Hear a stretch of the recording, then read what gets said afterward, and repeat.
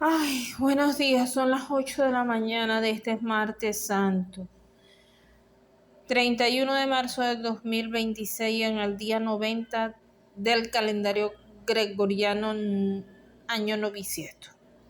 Jubileo franciscano con el Papa León XIV. El libro de Robin, Patología Estructural y Funcional. Coltrane, Kumar, Robin, quinta edición, Interamericana, McGraw-Hill. Bueno, este libro fue uno de los poquitos que me pudo comprar mi difunto padre. Ya que estamos terminando el mes de San José, ayer recé por todas las almas del purgatorio y hoy, en martes santo, terminamos el mes especial de San José, que es el patrono de la Iglesia Universal, trabajo y buena muerte. Y termina el mes especial de la mujer y también del médico y la médica en Venezuela, por el natalicio del médico venezolano que nació en La Guaira, antiguo estado Vargas, el doctor José María de los Dolores Vargas Ponce. Bueno, me acabo de dar cuenta que el capítulo 17 de este libro es sobre el tracto gastrointestinal. Y hoy, aquí está, capítulo 17. Y hoy es Día Mundial de la Lucha contra el Cáncer de Colon, que es el intestino grueso. Yo voy a leer lo que dice acá sobre el intestino grueso. Se me perdió. Aquí está. Carcinoma colorectal. Prácticamente el 98% de los tumores malignos del intestino grueso son adenocarcinoma. ADN casi, ¿ves? Representan uno de los mayores retos de la profesión médica porque se originan en pólipos y producen síntomas en fases relativamente iniciales, cuando podrían ser curables por resección quirúrgica. Esta enfermedad supone casi el 15% de todas las muertes relacionadas con cáncer en Estados Unidos. Se calcula que se producen 150,000 casos al año y alrededor de 58,000 muertes. Este libro es de hace tiempo. Epidemiología, etiología y patogenia. La máxima incidencia del carcinoma colorectal se produce entre los 60 y 70 años y menos del 20% de los casos aparecen en personas menores de 50 años de edad. Cuando el carcinoma colorectal aparece en una persona joven, se debe sospechar una colitis ulcerosa o un síndrome de poliposis múltiple predisponente. En los tumores rectales, la proporción varón-mujer es de 2:1. En tumores más proximales no existen diferencias entre los sexos. El carcinoma colorectal tiene una distribución universal con una mayor incidencia en Estados Unidos, Canadá, Australia, Suecia y otros países ricos, dice aquí. Su frecuencia es significativamente inferior, más de 60 veces en Japón, América del Sur y África. Los factores ambientales, especialmente los hábitos alimentarios, están implicados en estas enormes diferencias geográficas. Las familias japonesas y polacas que emigraron desde sus regiones de origen a Estados Unidos han adquirido en el curso de 20 años un índice de frecuencia similar al de su nuevo entorno. ¿Ve? La migración. Es de destacar que ambos grupos en su mayor parte han asimilado los hábitos alimentarios de su país adoptivo. Los factores dietéticos que han recibido mayor atención como predisponentes a una mayor incidencia de cáncer son: 1. Un bajo contenido en fibra vegetal no absorbible. 2. Un alto contenido en hidratos de carbono refinado. 3. Alto contenido en grasas como las de la carne. Y 4. Disminución de la ingesta de micronutrientes protectores. Se especula con la posibilidad de que la reducción en la cantidad de la fibra de la dieta produce una disminución en el volumen de las heces, lo que lentifica el tránsito intestinal y altera la flora bacteriana del intestino. Por tanto, los productos oxidativos potencialmente tóxicos procedentes de la degradación de los hidratos de carbono por las bacterias están presentes en altas concentraciones en el reducido volumen de heces y permanecen en contacto con la mucosa durante largos periodos de tiempo. Además, el elevado contenido de grasas de la dieta aumenta la síntesis de colesterol y ácidos grasos por parte del hígado, los cuales a su vez pueden ser convertidos en potenciales carcinógenos por las bacterias intestinales. Las dietas refinadas también contienen menos vitaminas A, C y E que eliminan los radicales de oxígeno. Pero con todo lo interesantes que pueden ser estas especulaciones acerca de la dieta, todavía no ha podido ser probada. El libro tiene tiempo. Morfología. La distribución del cáncer colorectal parece estar cambiando en Estados Unidos. Hay una clara propensión hacia el colon derecho, particularmente los ancianos. Actualmente alrededor del 25% de los carcinomas se localiza en el ciego o colon ascendente, una proporción similar en el recto y porción distal del sigma, y otro 25% en el colon descendente y segmento proximal del sigma. El resto está distribuido en otras áreas del colon. Se acabó, pues, la fácil detección de más de la mitad de los carcinomas colorectales por tacto rectal o proctosigmoidoscopia. Con mayor frecuencia, los carcinomas son únicos y generalmente han destruido en su crecimiento el adenoma sobre el que se originaron.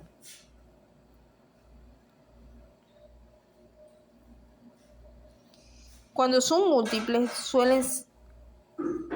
suelen observarse muy separados entre sí, aunque la mayoría son esporádicos. Aproximadamente el 1 al 3% se producen en pacientes con PAF o E2. No sé qué es eso. Aunque casi todos los carcinomas colorectales comienzan como lesiones in situ dentro de pólipos adenomatosos,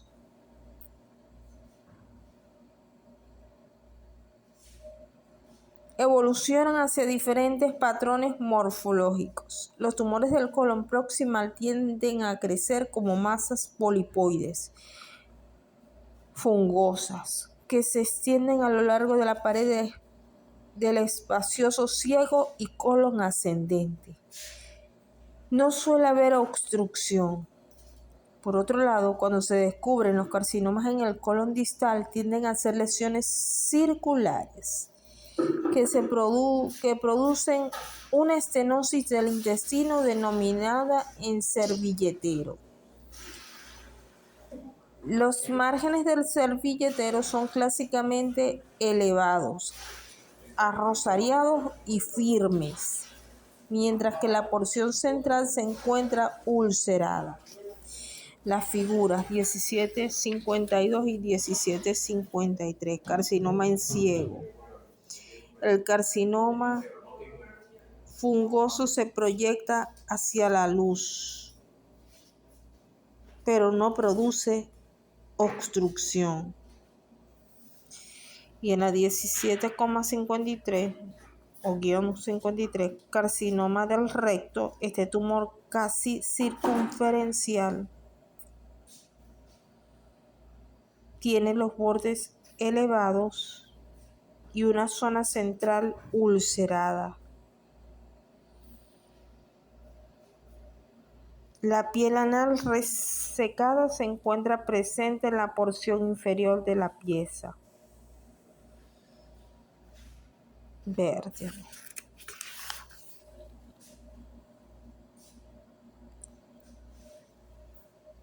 Con el transcurso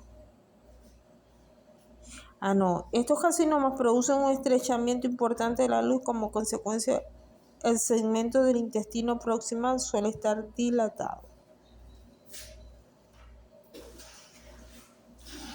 Con el transcurso del tiempo, probablemente años, ambas formas infiltran la pared intestinal y pueden dar lugar a masas duras, subserosas o serosas, que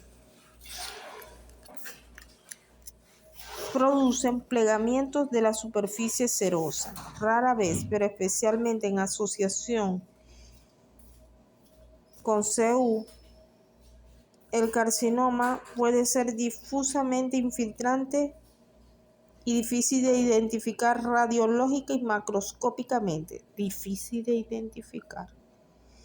Tales lesiones suelen ser extraordinariamente agresivas, con gran diseminación desde estadios iniciales de su evolución.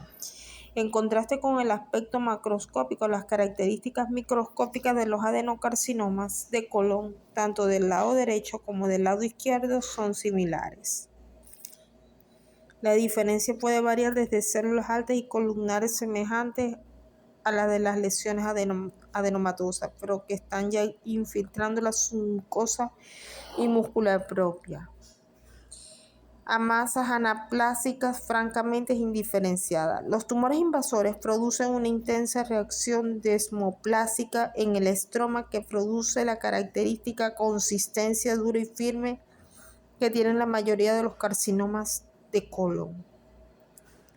Muchos tumores producen mucina que secretan hacia la luz de las glándulas o hacia el intersticio de la pared intestinal. Este moco tiene gran tendencia a disecar las capas de la pared, por lo que favorece la extensión del tumor y empeora su pronóstico. Hay que tener en cuenta ciertas excepciones, por ejemplo, que en el 10% de los casos se puede encontrar diferenciación endocrina y también en algunos carcinomas las células pueden adoptar un aspecto en anillo de sello. El carcinoma indiferenciado de células pequeñas parece originarse a partir de células endocrinas y es capaz de producir una serie de sustancias bioactivas. Algunos carcinomas, especialmente en el colon distal, tienen foco de diferenciación escamosa y se denominan, por tanto, carcinomas adenoescamosos. En cambio, los carcinomas que se producen en el canal anal constituyen un grupo diferente de tumores dominados por el carcinoma epidermoide. Consideraciones clínicas. Los carcinomas colorectales permanecen asintomáticos durante años. Los síntomas se desarrollan de manera insidiosa y muchas veces están presentes durante meses o años antes de que se llegue al diagnóstico. Los carcinomas de ciego y colon ascendente suelen dar una sintomatología de fatiga, debilidad y anemia ferropénica. Estas lesiones voluminosas sangran enseguida y se pueden descubrir en estadios iniciales. Siempre que se examina el colon en su totalidad radiológicamente y durante la colonoscopia. Los tumores del lado izquierdo llaman la atención porque producen hemorragias ocultas, alteraciones en el hábito intestinal o retortijones en el cuadrante inferior izquierdo. En teoría, las oportunidades de descubrir de forma precoz y extirpar el carcinoma con éxito serían mayores en las lesiones del lado izquierdo, ya que estos pacientes suelen tener importantes trastornos de la función intestinal, melenas, diarreas y estreñimiento. Sin embargo, los carcinomas del recto y sigma, cuando son diagnosticados, tienden a presentar una infiltración más avanzada que los tumores de la región proximal y por tanto tienen un pronóstico algo peor. Es una máxima clínica que toda anemia ferropénica en un varón mayor significa un carcinoma gastrointestinal, mientras no se demuestre lo contrario. En las mujeres la situación es menos clara, puesto que las pérdidas menstruales, los embarazos y las metrorragias pueden ser las causas de tales anemias. Las manifestaciones sistémicas como debilidad, malestar general y pérdida de peso son ominosas porque generalmente significan un estadio más avanzado de la enfermedad. El diagnóstico de laboratorio del carcinoma colorectal es aún problemático, como se comentó en el capítulo 7. Todos los tumores malignos colorectales se extienden directamente a las estructuras adyacentes y metastatizan a través de vasos linfáticos y sanguíneos.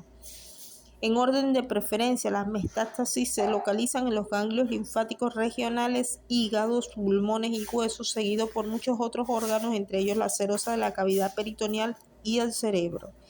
En general, en el 25-30% de los pacientes la enfermedad ya está fuera del alcance de la cirugía curativa. Los carcinomas de la región anal son localmente invasores y metastatizan a los ganglios linfáticos regionales y a distancia. El factor pronóstico más importante en el carcinoma colorectal es la extensión del tumor en el momento del diagnóstico. El sistema usado actualmente para determinar el estadio es el descrito por Astler y Kohler en 1954, que representa tabla 1714 y figura 1755. Aquí está la tabla. Estadio A, B1, B2, C1, C2 y D.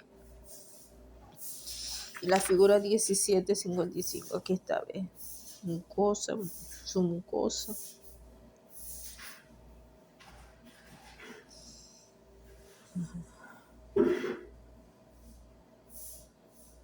¿Ves? Estadios patológicos del cáncer colorectal de acuerdo con el sistema de Astler-Kohler. La clasificación está basada en la extensión de la infiltración local y en la presencia de metástasis en ganglios linfáticos de A a C, así como la presencia de metástasis visceral o a distancia. Ajá.